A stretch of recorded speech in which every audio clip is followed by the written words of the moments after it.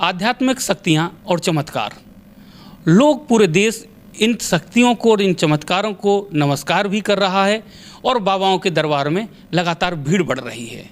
लेकिन इन दिनों चर्चा है एक ऐसी चुनौती की जो पंडोखर सरकार ने दी है।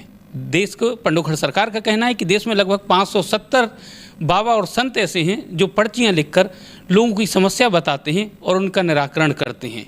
लेकिन उन्होंने इन 570 तमाम जो बाबा हैं, संत हैं या सरकार हैं, इनको चुनौतियाँ दी हैं और कहा है कि अगर वो उनके यहाँ पंडोखर धाम में जो एक आयोजन हो रहा है वहाँ आकर उनका चैलेंज स्वीकार करते हैं और 10 में से अगर 8 सवालों का उत्तर देते हैं तो वो 11 लाख रुपए का पुरस्कार और एक चांदी का मुकुट देंगे। हमारे साथ रामलला सरकार हैं। रामलला सरकार जी से इस मुद्दे पर बात करेंगे। रामलला जी, लगातार बात पंडोखर सरकार से हो रही है, पंडोखर सरकार की हो रही है और उस चैलेंज की हो रही है। आपसे भी कई बार चैलेंज को लेकर बात की गई, क्या कहेंगे पहले तो चैलेंज को लेकर? जी, सर्वप्रथम समस्त भारत माता के सुपुत्रों को मेरा कोटि कोटि वंदन प्रणाम, आपको कोटि कोटि साधुवाद, धन्यवाद। देखिए, भारतीय संस्कृति में जब बात आती है अध्यात्म शक्ति की, तो सच बात तो यही है कि इसको नकारा नहीं जा सकता। ये शक्तियाँ हैं और हमारा भारत देश इन शक्तियों के वजह से ही जाना जाता है। रही बात चुनौती की, तो मैं इस विषय को लेके कई बार बोल चुका हूँ कि चुनौती देने वाला व्यक्ति है कौन। अगर चुनौती देने वाला व्यक्ति कभी अपने विषय को किसी जगह में रखा है या ऐसा कह सकते हैं कि किसी के चुनौती को स्वीकार किया है, तो वो व्यक्ति ज़रूर किसी की परीक्षा ले सकता है।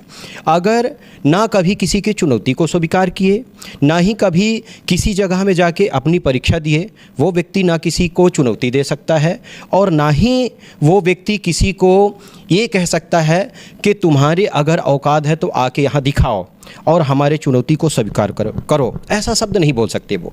और इस विषय को लेके कई बार मैं बड़ा गंभीर हुआ, कई बार मेरी इच्छा भी हुई कि मैं बोलूं। मुझे तो ऐसा लगता है कि पंडोखर सरकार जी, गुरु शरण जी हमारे भाई हैं और मैं उनको एक सुंदर सा सुझाव देना चाहूँगा।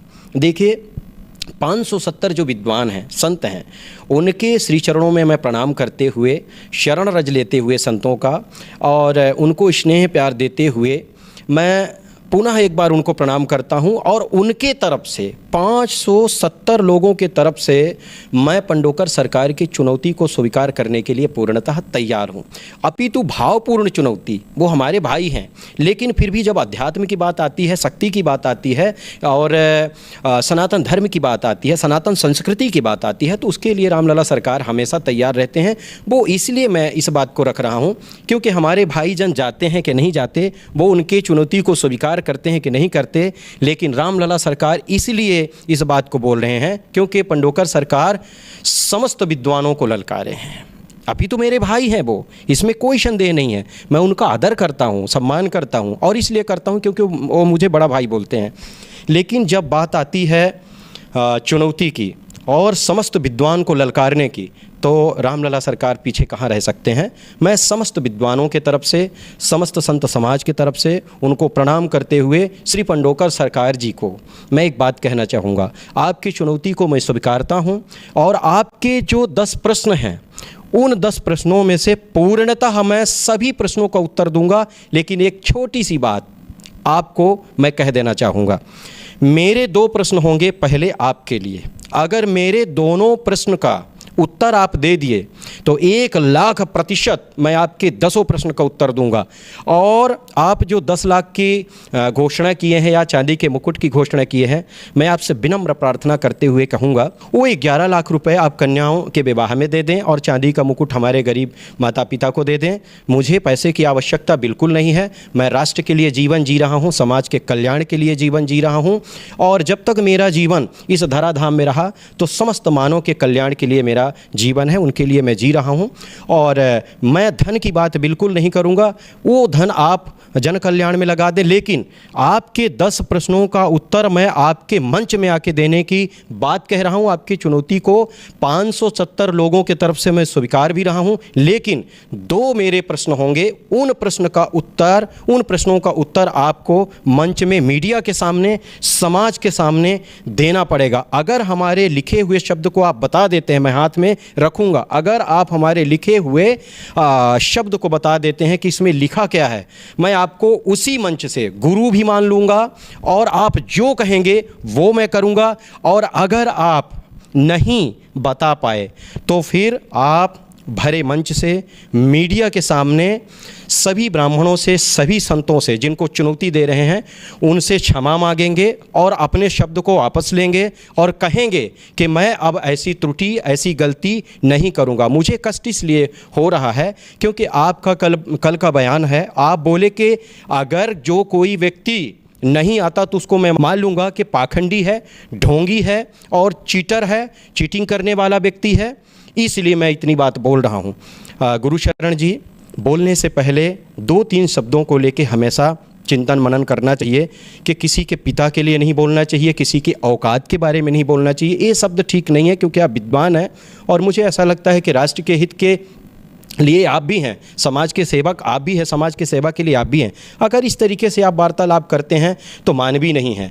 बार बार आपके प्रश्न को सुना, इसके बाद मुझे ऐसा लगा कि बोलना अब ज़रूरी है। 1,00,000% आपके हम भावपूर्ण चुनौती को स्वीकारने के लिए तैयार हैं। राम जी के श्री चरणों के रज की कृपा से, संतों के श्री चरणों के रज की कृपा से, उन 570 विद्वानों के शरणों के कृपा से मैं अकेले ही उत्तर देने के लिए काफ़ी हूं आपको, लेकिन सहजता के साथ, सरलता के साथ। जी, तो आप पंडोखड़ जाने के लिए तैयार हैं, उनके मंच पर जाएंगे? अवश्य जाएंगे। अगर वो ये कहते हैं, आप लोगों के माध्यम से, मीडिया के माध्यम से बोलते हैं कि रामलला सरकार आएँ और वो जो लिख के ले आएंगे 2 प्रश्न, उस प्रश्न का उत्तर हम देंगे। अगर वो ये बात कहते हैं तो 1,00,000% रामलला सरकार पंडोकर धाम जाएंगे। 28 तारीख की बात हो रही है। 28 तारीख को आमंत्रण आपको भी पिछले दिनों उनके जो शिष्य मंडल है उन्होंने आमंत्रण दिया था। तो अगर वो ये स्वीकार कर लेते हैं आज जो आप 2 सवाल की बात कर रहे हैं, तो फिर क्या रामलला सरकार पंडोखड़ जाकर इन सवालों का जवाब देंगे? आपसे मैं वादा करता हूँ, आपको मैं वचन देता हूँ और संत समाज के चरणों को प्रणाम करते हुए मैं फिर से रामलला सरकार की सौगंध शपथ खा के कह रहा हूँ कि मैं 1,00,000% उनके यहाँ जाऊँगा, मंच में जाऊँगा और मीडिया के सामने जाऊँगा। बस मेरे 2 प्रश्न का उत्तर अगर वो बता दिए तो मैं उनके 10 प्रश्न जो लिखे हुए हैं उनका उत्तर दूंगा और उनको गुरु भी स्वीकार लूँगा। लेकिन नहीं बता पाए तो भरे मंच से, मीडिया के सामने वो सभी ब्राह्मणों से क्षमा मांगेंगे, संतों से क्षमा मांगेंगे। यही मैं चाहता हूँ। चलिए, तो गुरु शरण जी के जो चुनौती है उसको रामलला सरकार सहर्ष स्वीकार कर रहे हैं और उन्होंने कहा है कि 570 जो हिंदुस्तान में पर्चा लिखने वाले संत, सन्यासी या फिर सरकार हैं, उनकी प्रतिनिधित्व उनके साथ जाकर या उनका प्रतिनिधित्व करते हुए 2 सवाल का पहले पंडोखड़ सरकार जवाब दें, उसके बाद उनके 10 सवालों का जवाब रामलला सरकार देंगे। अब देखते हैं कि पंडोखड़ सरकार की इस बयान पर क्या प्रतिक्रिया आती है। कैमरामैन इमरान खान के साथ सुनील श्रीवास्तव, एशियन न्यूज़, भोपाल।